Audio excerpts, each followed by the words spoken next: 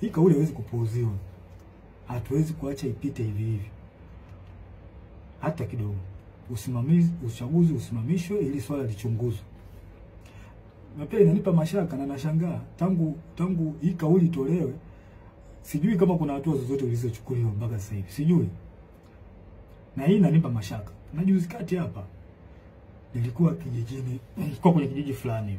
Nikamwona kijana anapita amevaa nguo ya CCM, ameshika simu na karatasi ya majina. Nikamwita, nikamwambia hebu nione hiyo karatasi yako hiyo na majina. Kuangalia nikaona namba, sijui namba za NIDA, sijui majina, sehemu, mwaka wa kuzaliwa.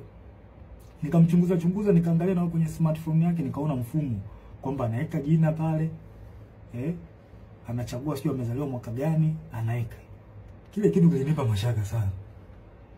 Yaani kimenipa mashaka. Na imani hata baadhi ya Watanzania mtakuwa mmeliona hivyo. Hivi vitu mtakuwa mmekiona. Sasa mimi nimejishuhudia kwa macho yangu. Sasa hii sio haileti picha nzuri na ni hatari katika taifa. Hatuwezi kupuuzia. Hatuwezi kuacha mambo yaende hivi hivi. Haiwezekani. Tunaendaje kwenye uchaguzi ukiwa kwenye kiongozi wa chama cha upinzani amewekwa ndani? Tena kwa ila.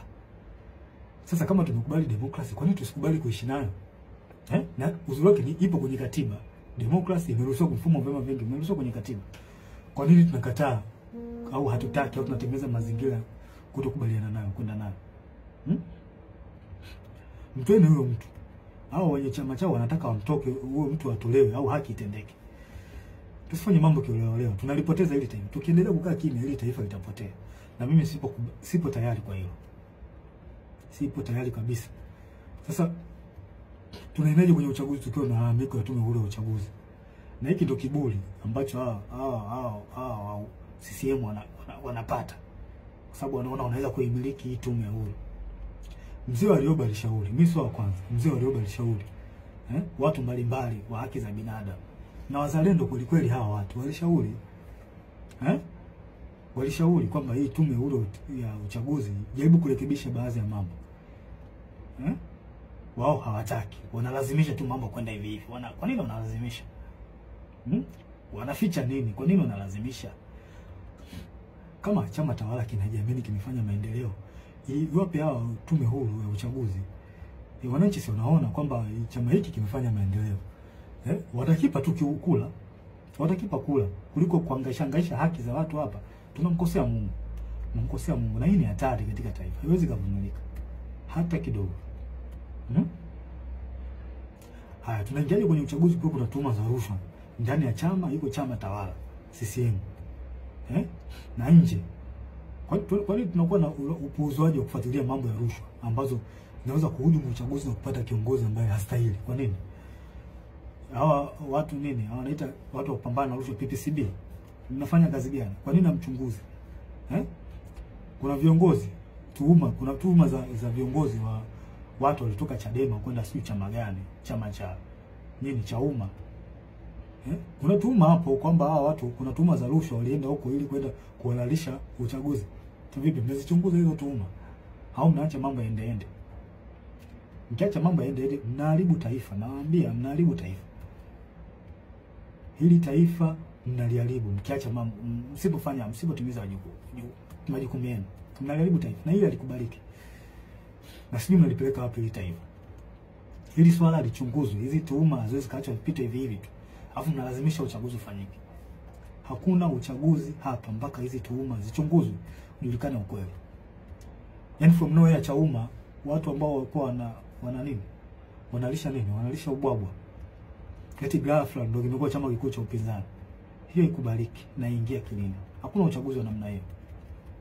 Mungu hajabariki hiyo. Na Mungu kama angekuwa amebariki hivi vitu vingeenda tu vizuri. Sasa mnaenda kumpata kiongozi ambaye hata Mungu mwenyewe hajakubaliana naye. Hii ni hatari kwa taifa kubariki hata kidogo.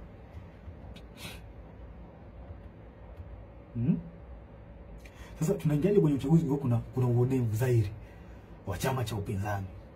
Kwa makusudi wanazuia kufanya hata mikutano yao. Wanafunguliwa kesi za hila na za ovyo za kuwazoofisha. Wafuasi wao wanakamatwa, wanatekwa, wengine wanauawa. Kama vile sio Tanzania. Hili alikubaliki. Alikubaliki hata kidogo. Kama tumekubali mfumo wa demokrasia, kwa nini tunashindwa kuishi nao?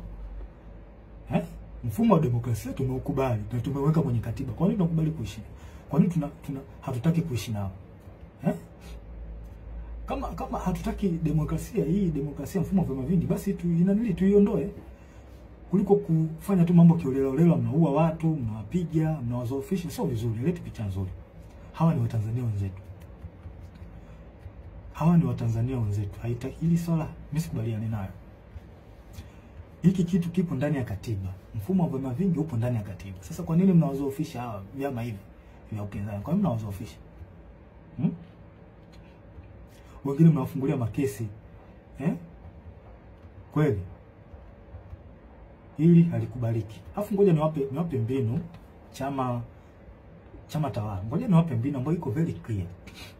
If you really want to destroy or defeat the opposition party, the only thing is to drive development that will direct impact the life of citizen. Hii ndo the only way ya kuweza kudestroy chama cha upinzani. Pelekeni maendeleo kwa Watanzania. Pelekeni maji, pelekeni maendeleo yale ambayo ni tangible, ambayo direct itawafikia Watanzania, wananchi wenyewe.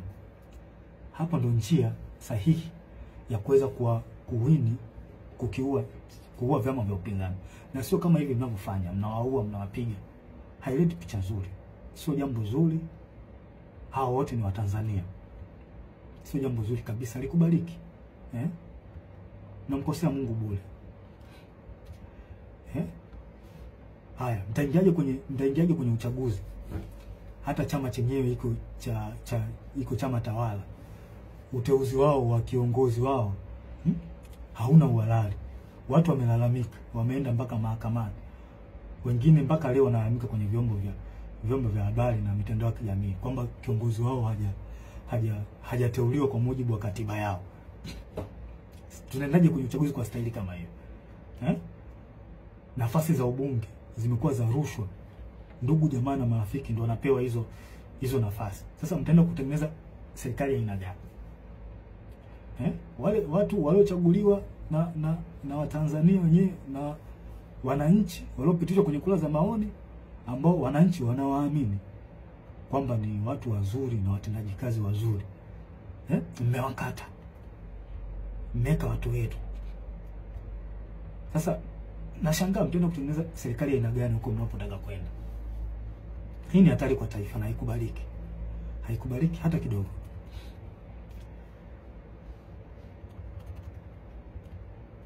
Haikubaliki na ivumiliki. Sasa mkuu wangu afande CDF, kwa unyenyekevu mkubwa na heshima kubwa sana ambayo naiweka kwa mkuu wangu, kwa sasa wewe ndio mtu pekee ulioshika imani kwa wananchi na upo kwenye mtego mkubwa sana. Tengeneza faraja imani kwa wananchi. Hili swala sio la Chadema. Hili swala ni la taifa, umoja na mshikamano na upendo wa taifa letu. Ili tuweze kuendeleza hayo, na kushauri mkuu wangu, zuia uchaguzi. Uchaguzi hauna kibali hata kutoka kwa Mungu. Mkuu wangu afande CDF, zuia uchaguzi. Kibali kutoka kwa wananchi tayari unacho. Na imani wananchi watakuwa na imani wananchi wanataka, kwa hali tu inavyoonekana kwenye mitandao. Labda mitandao nao ni njia rahisi ya kuweza kupata taarifa, kupata habari.